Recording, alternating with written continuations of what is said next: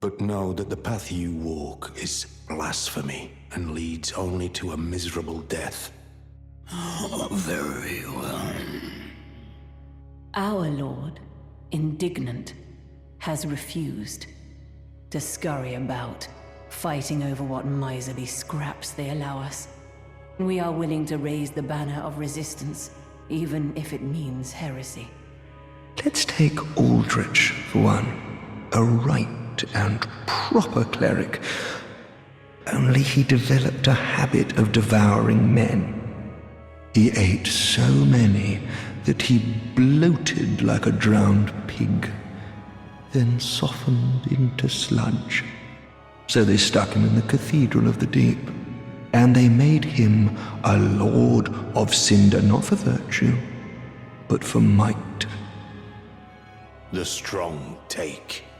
Such is our code. Together we will devour the very god.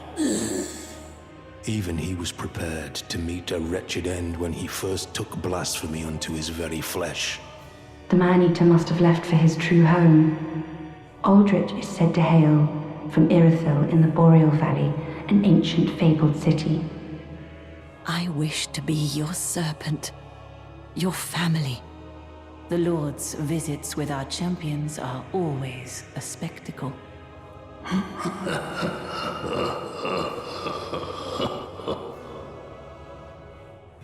Power can be obtained in a wide array of methods, but most horrifically, it can be consumed.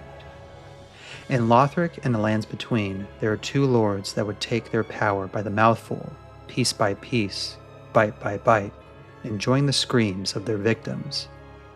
Aldrich, the devourer of the gods, and Rykard, lord of blasphemy, sought to go against the common doctrine and revolt in their heretic ways.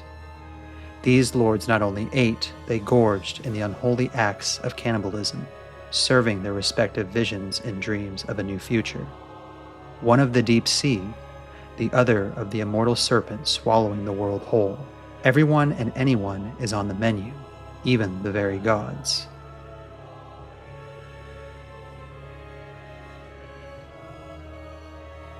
Aldrich was originally a cleric of the Way of White hailing from Irithyll. Since this was his homeland, it had been theorized that he might be a descendant of the gods. While claiming to serve the gods as a member of the Way of White, he enjoyed devouring men and relished in their screams as he did so. This partaking of flesh transformed him into the sludge we see him in-game through the opening cutscene and his boss fight, as indicated by Hawkwood's dialogue. Once Pontiff Sullivan took control of the Way of White, Aldrich was exiled to the Cathedral of the Deep. By exiling Aldrich to the Cathedral of the Deep, there was a hope that his blasphemous practices would be contained in the serene and sacred waters of the Deep. To reinforce this, Deep Protection states, "Miracles that bishops of the Deep are bestowed when assuming their duties. The Deep was originally peaceful and holy and thus had become a cradle for repulsive things. Those who enshrine it are the same, as the story of the deep sea has given them divine protection." As well, the Deep Ring description states, "Ring given to bishops of the Church of the Deep. The Church is a cradle for repulsive things. Thus they needed a grand story. A story that is as deep as the repulsiveness and will drive them no more mad." There was the hope that Aldrich would one day return home, so Sullivan gave him a small doll. This doll's description reads, "In the legendary old city of Irithyll, situated in the Boreal Valley, Pontiff Sullivan gave this doll to valued subjects so that they may use it to cross the barrier when they return home." These descriptions might suggest that there was a hope that Aldrich would one day stop his cannibalism and return home as a proper cleric of the Way of White again. However, he would return home not cleansed but further invigorated by his hunger. As time passed, Aldrich would use his following in the Road of Sacrifices as a supply for his growing hunger. The evangelists, in particular, were scions of the cathedral that were sent on missions to spread the worship of the deep or essentially open up the menu for Aldrich. We can see their influence take place in the undead settlement, for example. Aldrich would also grant rings to his followers that would cause them to feel the same desire for flesh as he did. These followers would mutate over time to become the deep accursed. The rings can be dropped from these enemies which state, Aldrich, infamous for his appetite for flesh, apparently had the desire to share with others his joy of imbibing the final shudders of life while luxuriating in his victims' screams. As time went on, Aldrich would grow in power and strength through his consumption, becoming a champion worthy of linking the fire. As his ashes indicate, Aldrich became a lord by devouring men, but he was disillusioned with his throne and so took to devouring gods instead. He became a Lord of Cinder not for his morality, but for his power, showing just how desperate linking the fire became at that point. There was no more hiding who he was, and he would even extend his appetite to children as shown in the Executioner's set description, which reads, "Steel armor of Horus the Hushed, who took a liking to its cold, bulky insides. The original owner was said to be a corrupt executioner who was killed and stripped of his armor. Horus is one of only 2 children to escape Aldrich's clutches." Aldrich would eventually offer himself to the flame, still somewhat following his original beliefs as a cleric of the Way of White, but likely doing so to prolong his life. Through his consumption of humans and by association, their dark souls, darkness began to infect his body and infect the deep as well. The human dregs are what became of the fermented darkness that lingered in Aldrich's body, as their description states, proof of a duty fulfilled by the Aldrich faithful, who patiently await the Devourer of the Gods' return. Dregs are the heaviest things within the human body, and will sink to the lowest depths imaginable, where they become the shackles that bind this world. The cathedral's sacred and peaceful body of water had become infected, continuing to stagnate filth to the point of becoming the deep, the sea of rotten darkness as we see in game. The deacons of the cathedral were then tasked of sealing away the horrors that rose from the deep due to Aldrich's rotten and depraved acts of cannibalism. Much like the deep, the faith of the cathedral would stagnate with prominent figures like MacDonald beginning to enjoy and relish in the stagnation of souls and realizing their power potential. Deacon's set description reads, "The deep red pigment denotes the blessing of fire. In time, those dedicated to sealing away the horrors of the deep succumb to their very power. It seems that neither tending to the flame nor the faith could save them." This further adds to the evidence behind their corruption. Ultimately, the deacons would now worship Aldrich, therefore establishing him as the saint of the deep. As the fire continued to fade once more, Aldrich would see a new vision for the world that would relish in the stagnation of the deep, as he and his followers had been doing so. His soul description reads, "When Aldrich ruminated on the fading of the fire, it inspired visions of a coming age of the deep sea. He knew the path would be arduous, but he had no fear.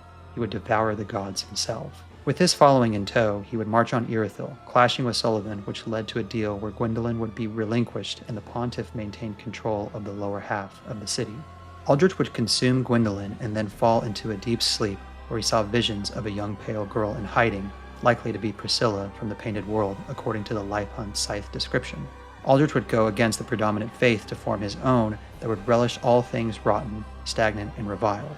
He saw a new order and a new age following the fading of the fire in the form of the deep sea, the opposite of the illustriousness and vibrancy linking the fire promised.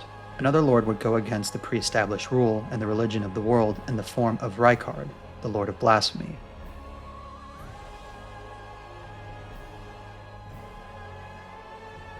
Rykard was a child of Radagon and Renala, who would be raised to demigodhood by his stepmother Marika, once her and Radagon formed their union. Alongside his siblings Rani and Radon, they would ascend to prominent roles within society. Rykard would then become a justiciar. He and his inquisitors would torture those who were considered heretics of the Golden Order. During this time, he would reside in Volcano Manor, where he discovered the magma hexes of the serpent-worshipping religion of the area. The magma shot description states, "One of the sorceries developed from the magma of Mount Gelmir." After discovering the ancient hexes of Gelmir, Rykard, son of Queen Renala, brought them back into practical use as new forms of sorcery. His drifting towards greater blasphemous acts and practices would lead him to conspire with his sister Rani in the orchestration of the Night of Black Knives.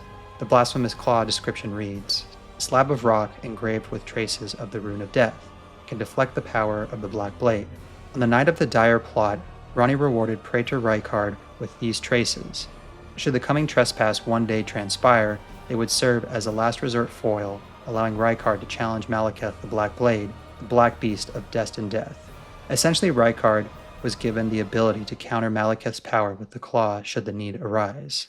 After the shattering, Rykard would refuse to fight over the scraps.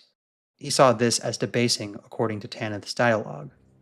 He would direct his focus on launching an assault against the Erdtree and the Greater Will. His new rule and direction towards greater blasphemy saw taking from others as the means of acquiring true power, including the very gods. According to Taker's cameo, when Rykard turned to heresy, taking by force became the rule. The gods themselves were no different, after all. Many would flock to Rykard and become known as the Recusants, honoring this philosophy and taking from the weak to serve the strong. After the battles at Mount Gelmir with Laendale's forces, Rykard would feed himself to the serpent that dwelled below Gelmir. As his rune states, Rykard fed himself to the blasphemous serpent, great rune and all. He would also envision a future where the serpent would devour the world. This is reinforced with the Devourer's scepter, which reads, "Scepter in the shape of a serpent devouring the world.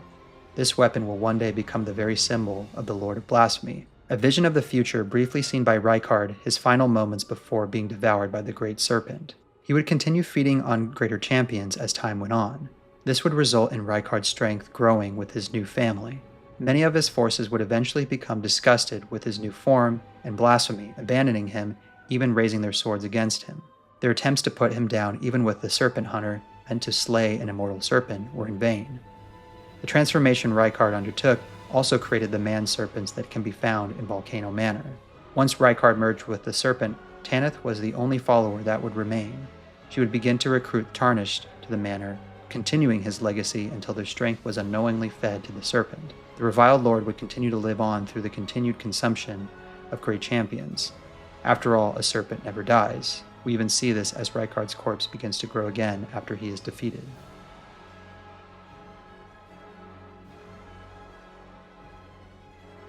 Even though both figures, Rykard and Aldrich, are part of wildly different games, they both share many common themes in their respective acts and indulgences in blasphemy. Both figures stand to represent everything against the pre-established orders of their respective worlds. Aldrich refused to link the fire after his first time due to seeing the coming age of the deep sea, one that would swallow the world and engulf it in a stagnant darkness. Similarly, Rykard would see visions of the serpent devouring the world, consuming all. Both the deep and the immortal serpent could be seen as all-consuming forces meant to remove all to become one. Both figures were heads of worship in these consumption-based philosophies as well, and were even prominent figures in their old, once holy positions. Aldrich was once a cleric of the Weight of White, the religion worshipping the gods, and Rykard being a justiciar for the Golden Order, the focal religion of the Lands Between.